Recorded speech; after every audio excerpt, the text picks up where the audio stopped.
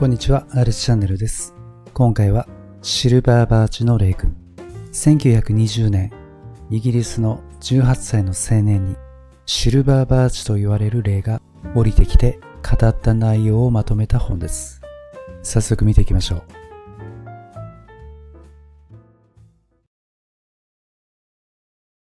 あなたとは何か。一体あなたとは何なのでしょう。ご存知ですか？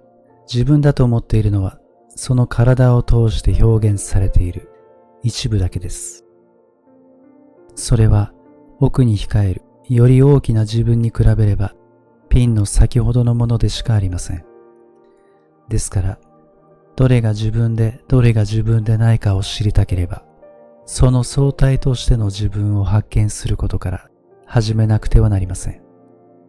あなたはその体に包まれた小さな自分以上のものを発見した経験がありますか？今あなたが意識している自分が本来のあなた全体の意識だと思われますか？きっとまだお分かりにはならないでしょう。あなたは霊的存在であり、それが肉体を通して自己を実現しているのです。霊的部分が本来のあなたです。霊が主人で、体は召使いなのです。それはこの宇宙を創造した大いなる意識と基本的には同じです。つまりあなたの奥には大いなる意識のエネルギーが小さな宇宙の形で秘めているのです。その秘められた意識を開発し生活の原動力とすれば心配や不安は立ちどころに消えてしまいます。その悟りを得ることこそあなたの務めなのです。体はあなたが住む家だと考えてください。家である以上は住み心地を良くしなければなりません。手入れを怠ってはいけません。そして体はあくまでも家であり、あなたそのものではないことを忘れてはなりません。命は物質ではありません。霊です。霊はすなわち命なのです。あなた自身も命そのものであり、その体に宿る霊に秘められたエネルギーがあなたの生命活動の源です。あなたにはこの世で果たすべき仕事があり、それを果たすためにはこうした知識を吸収し、それを活力としていくことが必要です。霊に宿された資質を自らの手で発揮することです。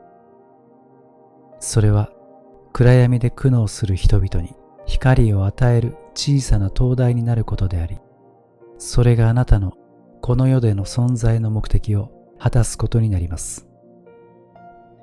人類は物質文明を自負しますが、霊的には極めてお粗末です。願わくば、その物質文明の進歩に見合っただけの霊性が発達することを祈ります。嫉妬、口論、妬みや恨みに代わって、優しさ、親切、協力の精神によって生活のすべてを律するのです。それには、その根幹として、霊性において人類は一つであるとの認識が必要です。まずは一歩、たった一人でもいいのです。冷たくわびしく感じられるこの地上において、たった一人でも元気づけてあげることができれば、あなたの人生は価値があったことになります。そうして、一人を二人、三人としていくのです。いずれにせよ、霊的実在を信じたとき、あなたに霊的な備えができたことになります。大勢の人が自分が霊的存在であることに気づかず、肉体そのものを自分と勘違いしています。真のあなたは霊であり、命そのものであり、永遠なる存在なのです。肉体はこの世での用事が済めば崩壊してしまいますが、その誕生の時に宿った霊、これが大事なのです。これを理解できたとき、あなたの神性が目を覚ましたことになります。肉体的束縛を突き破り、魂の芽が出始めるのです。そうなった時こそ、地上生活本来の目的である霊と肉体との調和的生活が始まります。霊性を行使することなく生活している人は、あたかも耳や目、口の不自由な人のように、霊的に障害のある人と言えます。魂が目を覚ますと、その奥に秘められた強力なエネルギーを認識するようになります。宇宙の大いなる意識からインスピレーションを授かる道が開けます。血縁関係はまるでなくても、重要な霊的関係によって結ばれた人との関係が緊密になるでしょ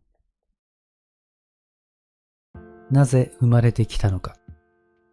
地上に生を受けるとき、何をなすべきかは、魂自身は知覚しています。何も知らずに誕生してくるのではありません。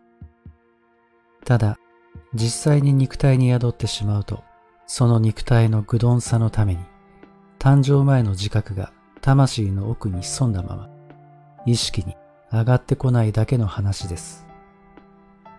あなた方地上の人間にとっての大きな問題点は、物質的観点から人生を考えていることです。物質はこの地上で生きていくために必要ですが、あなたの肉体が滅びれば、物質は意味をなしません。しかしあなたの霊は、肉体が滅んだ後も永遠に続いていくのです。その永遠なるものを地上的視点だけで眺めてはいけません。大切なのは、人間は永遠なる魂であり、この世での生活は、その永遠の旅路の短いが大事な一部なのだということを知ることです。この世での生活を無知の暗闇ではなく、英知の光の中で恐れを抱かず、落ち着きを持って生きるのです。人生の目的は至って単純です。霊的な世界からこの地上、つまり物質の世界へ来て、再び霊的な世界へ戻ったとき、あなたを待ち受けている仕事と楽しみを享受する資格を身につけるために、様々な体験を積むということです。そのための道具として体を授かったというわけです。この地上があなたにとって肉体の死後の生活に備える教訓を与えてくれる場所なのです。その教訓を学ばずに終われば、地上生活は無駄になります。この世でのあなたは、魂と肉体との関係がうまくいかず、過ちを犯すこともあります。過ちは誰でも犯します。大切なのは、過ちを通じて魂を成長させるということです。あなたは常にリラックスし、穏やかな状態でいなければなりません。その状態にある限り、必要とするものが宇宙の大いなる意識から施されるのです。価値あるものは安易な人生よりも困難な人生から得られます。宇宙は決してあなたを見捨てません。あなたも宇宙の大いなる意識を見捨ててはいけません。なぜ苦しみがあるのか。悲しみや苦しみは魂に悟りを開かせる数ある体験の中でも特に意味を持つものです。悲しみが魂の金線に触れたとき、魂が目を覚まします。魂は肉体の奥深くに埋もれているため、それを目覚めさせるためによほどの体験を必要とします。もしその教訓が簡単に学べるものであれば、それは価値のないものだということになるでしょう。悲しみや苦しみの極みにおいて学べるものだからこそ、魂にとって大きな価値があるのです。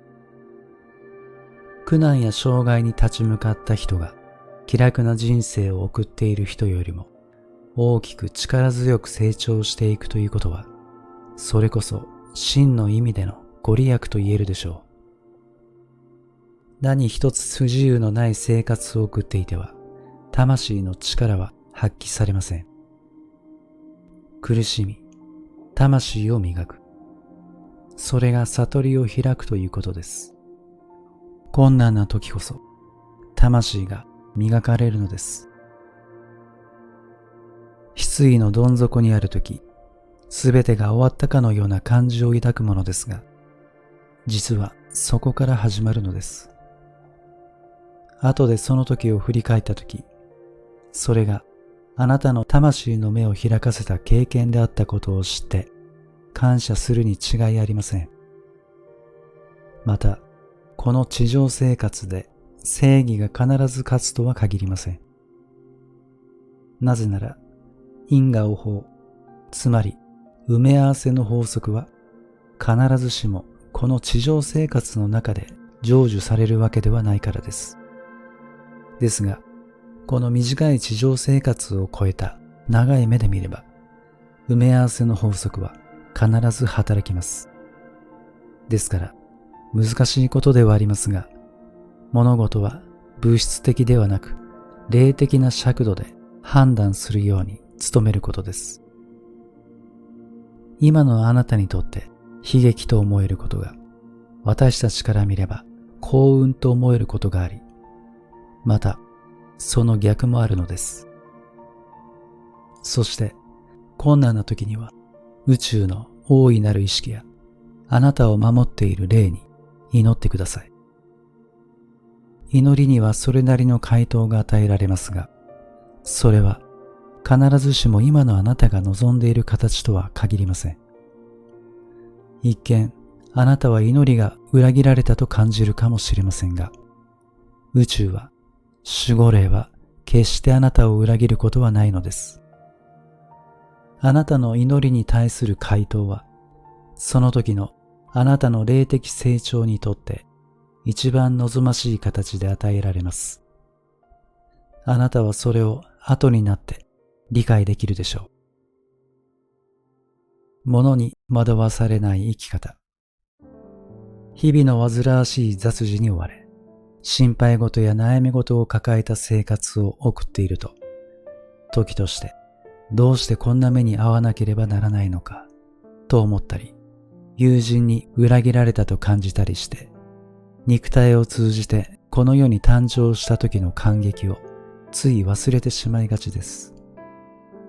肉体という物質の檻に閉じ込められ、意識を制限された状態で物質的な生活を送っているあなたには、霊と体の関係について明確な理解を持つことは難しいでしょう。この地上生活では気苦労の絶え間がありません。体の欲求を満たしてやらなくてはなりませんし、お金の問題にも関わらなくてはなりません。そのような生活の中で意識の焦点が曇り、あなたを守る守護霊の存在を忘れがちです。物に埋もれた生活をして、物に心を奪われてしまうと、あなたの思考の流れの中から霊的な要素を締め出してしまい、あなたを守る守護霊との間に壁を作ってしまいます。これは魂が十分成長した人にもよくある話で、落胆、試練、悟り、このパターンの繰り返し、シーソーゲームのようなものです。人間の悩みが絶えないのは、無意識のうちに物質の世界にのみ生きていると思い込んでしまうからです。本当は、あなたと私は同じ宇宙の中に存在するのです。霊界と地上世界が区別されているわけではありません。互いに融合し、調和しているのです。あなたはこれからも悩みに直面するでしょう。その時あなたは物質的な要素に偏らないようにしなければなりません。どちらかといえば霊的な要素の方に比重を置くのが良いでしょう。そのような正しい視野に立って考えれば、あなたの奥にある霊的なエネルギーがみなぎり、物質的な要素に左右されない段階に到達するでしょあなたの過去を静かに振り返ってみてください。何かによって一つの道に導かれていることをあなたは知るはずです。守護霊は決して見捨てないことを理解できるはずです。あなたが守護霊に背を向けなければ必要な援助は必ず授かります。このことを忘れないでください。霊的な世界の存在を知り、魂を成長させていけば、物に心を奪われたり偏ったりすることはなくなります。平和や愛は精神的、霊的な中に見出すことができるもの。この真理があなたの生活を支配し始めたら、心に静寂が生まれ、日常生活の一つ一つに正しい認識を持つことができるようになります。物質に囲まれた日常生活の中に霊的な基盤があることを忘れずにいれば、この世の最大の敵である恐怖心と決別できるようになります。恐怖心は魂を蝕んでしまいます。あなたが見えなくても、聞こえなくても、触れられなくても、あなたを導き支える力が確かに存在しています。ほんの少しでも構いません。人のために役立とうと心がけてください。いつか必ず道は開けます。